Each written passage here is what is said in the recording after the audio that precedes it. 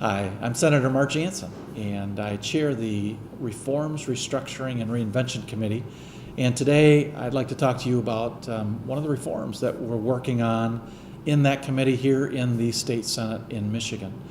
And we are looking at a new bill that is really intended to ask all public employees to give 20% into the cost of health care. It's been negotiated now with some of the unions here in the state of Michigan, with the former governor and the new governors looking at that. We're actually saying this has to be legislation that would require this of all state employees, whether you're a legislator, whether you're in the school system, whether you're in corrections as an officer, maybe even the university. All public dollars when they come from the state of Michigan are where we're coming from here.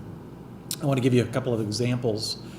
We had the Small Business Association testifying today and telling us that on average a single family pays for an individual 17%. These are a couple years old already.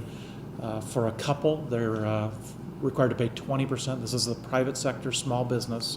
And for a family, almost 30%. These, again, are older numbers.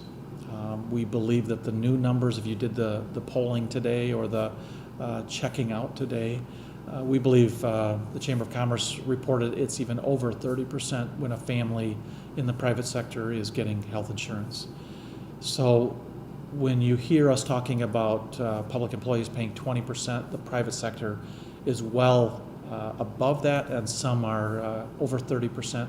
Some people are even over 50%. We hear all kinds of different numbers that are out there. I want to give you an example, too, of what this means to some of our local folks. We did some investigating or checking, and we found in Kent County, where I come from, and where we believe this could have a huge impact. We chose a school district, just try to choose one among the many that we had choices from. And in this particular school district, right now they pay about 94.2% of the health care cost in that school system. Their insurance premium right now is $2,393,000. Now, they pay $2.255 million, or $2,255,000 for insurance right now. That's without passing this type of legislation. Under the proposal we have right now, which is the employer pays 80%, the employee would pay 20%.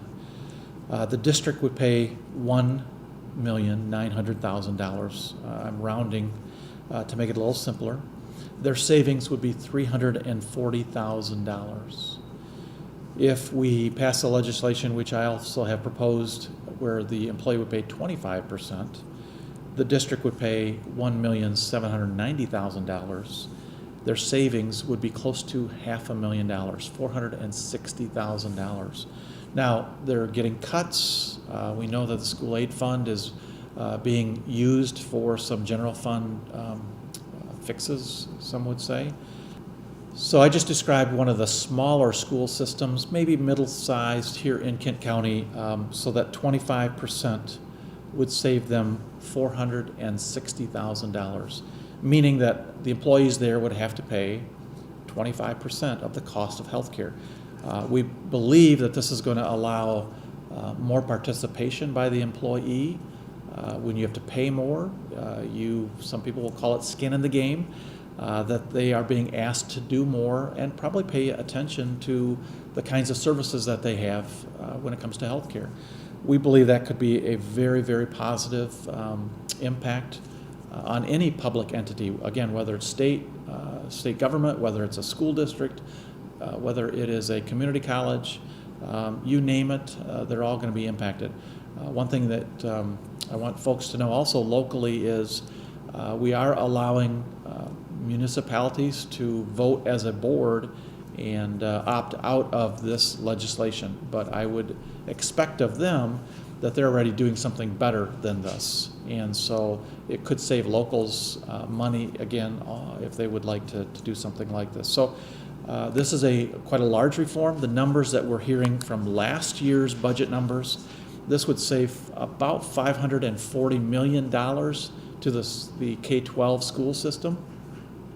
And the numbers that we're hearing from the general fund or state government is $75 to $110 million, depending again on which numbers you use and maybe even what year you use. So there are a lot of savings out there that money would stay with the school system. It would stay with state government. It would stay with the university. It would stay with the community college. Basically we are asking everybody to participate. And I want folks to understand that where I want to start first is the legislature. The legislature is directly impacted by this. We took a 10% pay cut the beginning of this term, and I expect us to do the same thing. So when I say 20-25%, it's happening to me, it's happening to anybody in the legislature. It's impacting everyone. We're not exempting folks unless a local unit of government decides they want to exempt themselves. So I hope that is helpful for folks. These are the kinds of reforms that I think Michigan must do for us to kind of reinvent who we are. And so I look forward to passing this legislation in the next few weeks here in the State Senate. And what I also want to tell folks is we're looking for great ideas. We have set up a website here in my office with the Triple R committee, I call it. It's called MI Reform, and we ask that if you have any ideas, there's a place there that you can suggest ideas, and we'll put that on the screen after this is all done. Again, mireform.com. Thank you.